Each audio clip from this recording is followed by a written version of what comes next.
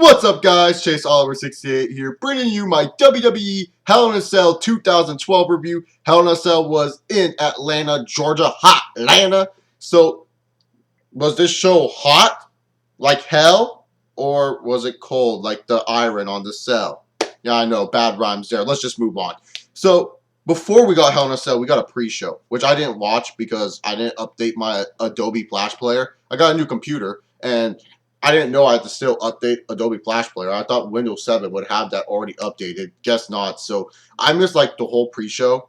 But thank God that we got a recap during the show, and Cena was just like, "Oh, I'm just gonna f you, Dolph Ziggler, and Vicky. What proof do you have?" And Vicky, I guess, has pictures of like AJ and Cena having sex or something. So okay, cool, why not?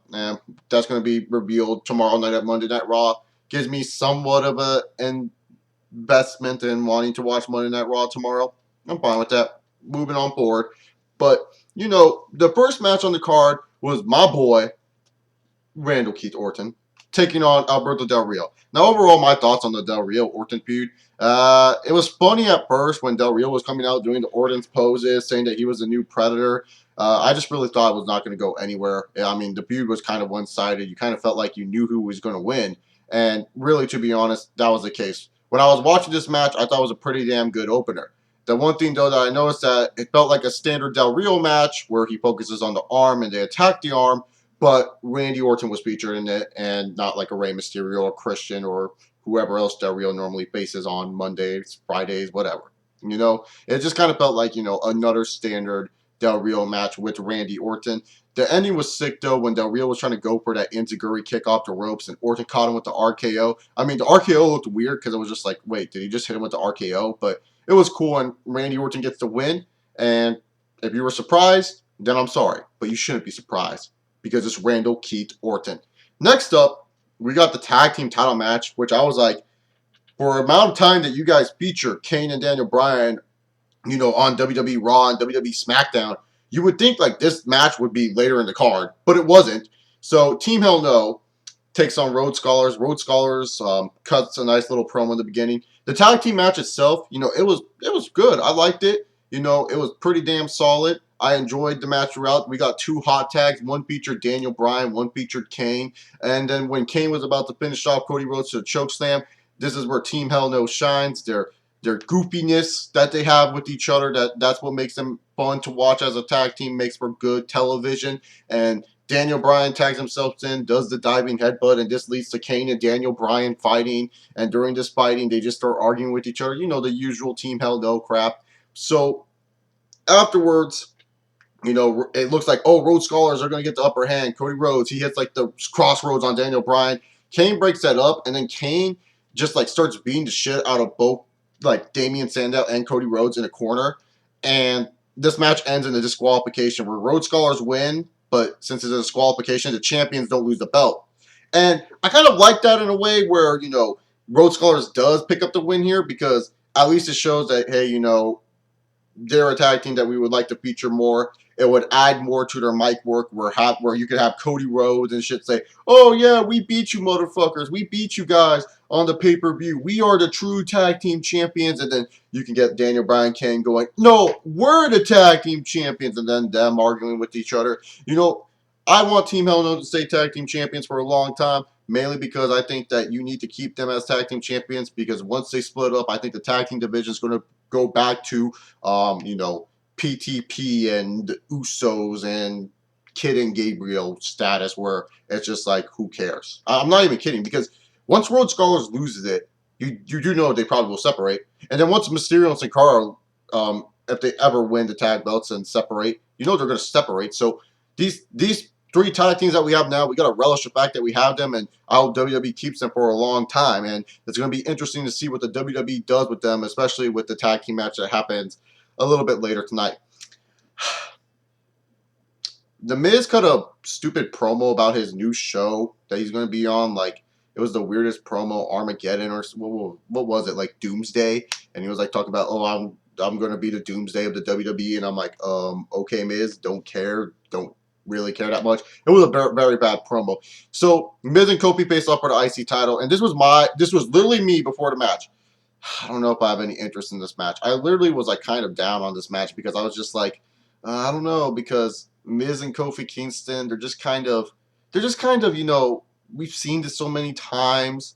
Um, I don't know what to expect, but thank God we got something different. So during the match, like near the end of the match, halfway point, Miz does this weird move on Kofi Kingston where Kofi Kingston lands weird on his hamstring.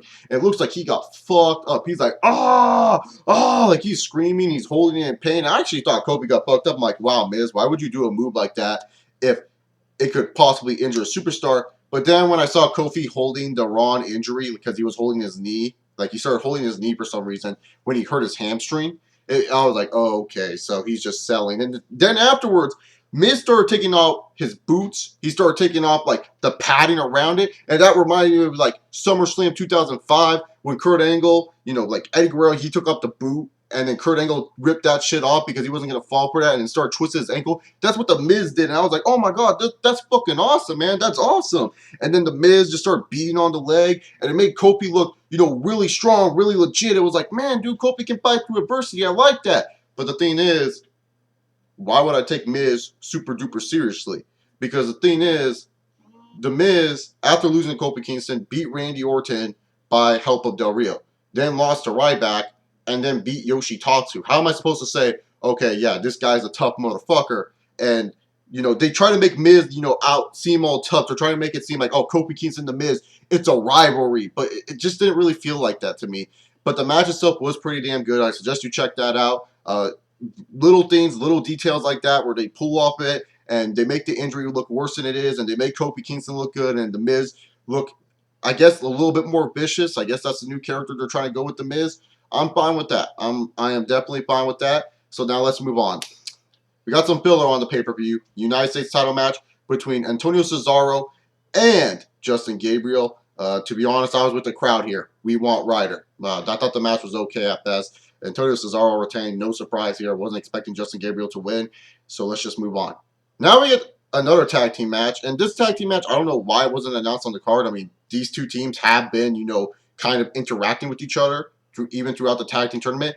That was Rey Mysterio and Sin Cara taking on the PTP primetime players Darren Young and Titus O'Neil. And really, to be honest, their theme song was hot with that crowd. That crowd was just like, yeah, buddy. Whoop, get it, get it, get it. Whoop, get it. Like, they were dancing. Like, you saw Chili in the crowd. She was like, yeah, man. Go primetime players. Like, she was into that shit. And I'll get into Chili shit, too. But let's just talk about the match. The match itself was pretty damn good. Cara looked like he suffered some sort of minor injury. Hopefully it's just minor. Maybe he was just selling an injury. But you never know with professional wrestlers if they're selling or not. They act. Professional wrestling. What they do in the ring is a lot of hard work, and it's like acting into some extent. So you don't know if they're really selling it or not. But and no surprise, the match itself was pretty darn good. I think that these two teams really have a good chemistry with one another. Not to mention the fact I think Darren Young has improved in the ring, and Titus O'Neil, he's getting there. He's definitely getting there. I think Titus O'Neil is definitely getting there as one of the most improved superstars. So really, to be honest, for me, I thought this match was just okay at best. Team 619, Team Cara, Team Luchadors, whatever you want to call them, win the match, and looks like they may be featured in the tag team title feuds. You know what they should do? Bring back one of my favorite matches of all time, the Triple Threat Tag Team Elimination match from Survivor Series 2002. Do that match with the three tag teams you have. I think that would be an awesome matchup. Moving on forward. Okay, time to get into the deep, heavy shit. We're in the deep, heavy shit now, man. No more child's play. The child's play is done. We're time to get into Sheamus taking on the Big Show. The video package before the match I thought was pretty damn good if you ask me. But Sheamus versus the Big Show and the hinting of, Dolph Ziggler, he's going to cash in the briefcase after the match. So, this match was supposed to be like WMD versus Bro Kick. That's what they were talking about. They were like, oh, the WMD versus the Bro Kick. Who's going to win this matchup? The match for itself, I was surprised. Like, I was telling people, I was one of the few people saying that, oh, I'm actually excited for Sheamus and Big Show because Sheamus, he's a good worker. You can't take that away from Sheamus. He's a good worker. While Big Show, he's a veteran and he knows how to slow people down. He knows how to make people look like $1 million. And Sheamus, he's a good ring general too. So I thought, damn, this is going to be a pretty good match. And some people were just hating on it because it's like, it's not the midgets. They can't do technical wrestling. But you know what? Not everyone's a fan of technical wrestling. I love technical wrestling. Don't get me wrong. I was an amateur wrestler. I, of course, love technical wrestling. But there's different styles in wrestling. And this was an awesome match between two big men. This was a great big man match. Definitely one of the best matches in WWE this year. I wouldn't say like top 10, but it would almost crack the top 10. It would almost. It was a damn good match. Sheamus and Big Show they literally stole the show from me. I really did like the match. I felt the pacing was right. The moves that they were doing, we saw Big Show do moves that he hasn't done since like ECW, man. I was like, damn. Sheamus, he hit that white noise, and I was like, damn. There was a lot of sick shit in this match. But the coolest part was when Sheamus went for the bro kick, and then Big Show caught it, and then bam, knockout punch. And then when Big Show pinned him, I literally thought, okay, he's gonna kick out. Bam, he kicked out. And then when Sheamus came back, hit the bro kick, I was like, oh, this match is over. Great, same shit. I don't get what the point is. And all of a sudden, Big Show kicks out. I'm like, what? Big Show kicked out? No way. And then all of a sudden, Sheamus is getting all hyped up. Like, the crowd is going batshit crazy for this match. They're like, ah! And then Sheamus is like, and then Big Show just comes up, boom! Knockout punch right there. And that's how you know you have a great ending to a match, is when you can remember the moves and the details. That's how you know when a match is good, when you can remember the ending and you enjoyed it. I enjoyed the ending to this match. I thought this match was pretty damn good. Great story being told. Big Show ends up winning the World Heavyweight Championship. No cash in by Dolph Ziggler. It's going to be interesting to see what they're going to do, with the Big Show. I'm not really huge on Big Show, but, hell, dude, if the dude can work like this, man, and he can keep on doing this kind of stuff, I think Big Show, maybe I can get used to him again. Maybe. Keyword is maybe there. But definitely Big Show earned some brownie points for this match. So did Sheamus. Interesting matchup. Big Show wins as World Heavyweight Champion. We got a Divas title match, and it didn't answer anything to who attacked Caitlyn. I guess Eve was the attacker, and Eve won the match, and let's just move on. I'm sorry. I mean, I don't hate the Divas division, but when it's just like you don't care about the feuds, and it's just like you don't care what happens with that title because none of the Divas really interest you that much, why should I put time and effort? I mean, Eve is one of my favorite Divas, but I don't really have too much interest in Caitlyn. I mean, I like what Caitlyn and Layla were doing together in the ring, but I have no interest in either of these characters because, I don't know, WWE doesn't do a good job at promoting them to my face to make me care about these Divas. I mean, Layla was Divas champion, and when she would come out, no one would give two shits. Just saying. Just saying. Now, it's time for the main event between Ryback, Feed Me More, and CM Punk, the best in the world, the 10th longest reigning WWE champion. And during the whole night, they had segments where Paul Heyman was kissing Vicky Guerrero's ass. Fucking Vince McMahon was saying, do you want to pull out the match, show why you're the best in the world? And CM Punk's like, yeah. And the match itself, okay, for a Hell in a Cell match, it wasn't that great. If you're expecting, like, what you normally think of Hell in a Cell matches, don't expect that. I really thought they did a all-right job with this match. I felt Punk did a great job acting like the cowardly heel to Ryback. I thought they did a good job with making Ryback like a Terminator. I thought Paul Heyman was funny on the outside, like don't rest on him! Get him! Get him! He's a freaking monster! And then he was just screaming at Punk. I thought they did a good job with that. And not to mention the fact that, the ending was just crazy as fuck. So, Ryback looks like he's about to win. I thought the crowd was also dead during this match. Don't know why. But Ryback was about to win with the shell shock. And all of a sudden, the referee, and this referee right here, he looks familiar. He is the rookie referee that Paul Heyman and CM Punk trashed. And what did the rookie referee do? He low-blowed Ryback, and then he held Ryback down, and CM Punk held him down. 1, 2, 3. CM Punk remains WWE champion, and rookie referee, man, the replacement reps. That's one bad rep right there, and definitely going to be interesting to see what this rep has to be involved with CM Punk and Paul Heyman for Monday Night Raw, but this is how you're going to end Ryback's streak? Really? Get him getting screwed? I guess it doesn't make him look too weak, but what does it do for CM Punk? Does that make him look weaker? Or I don't know. Like, really, to be honest, I don't think it really hurt both men, but it kind of did make CM Punk look too weak.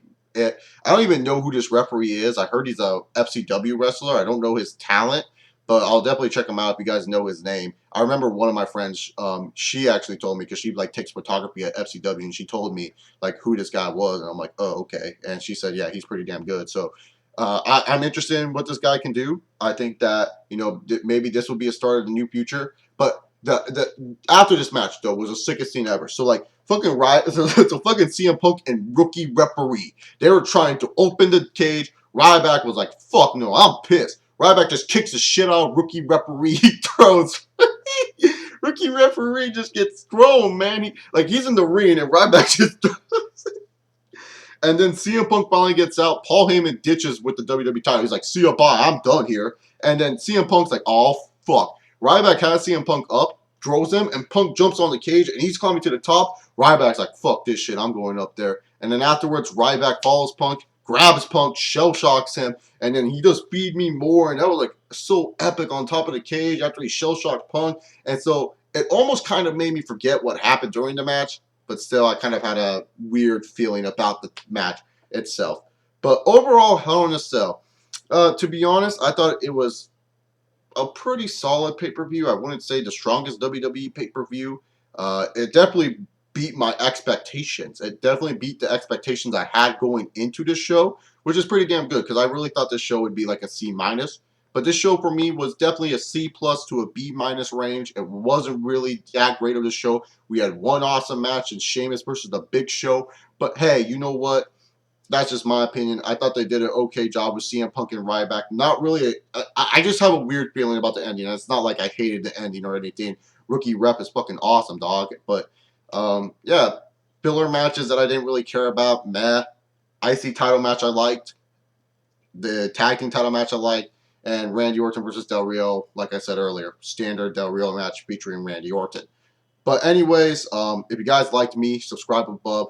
Follow me on Twitter at ChaseOliver68. Check out CO Live videos and check out the Olive Tree podcast. All right, I'm about to go finish watching the Sunday Night Football game. You guys be safe. Have a good Monday. And make sure you have a good Halloween. I'll see you all later. Peace!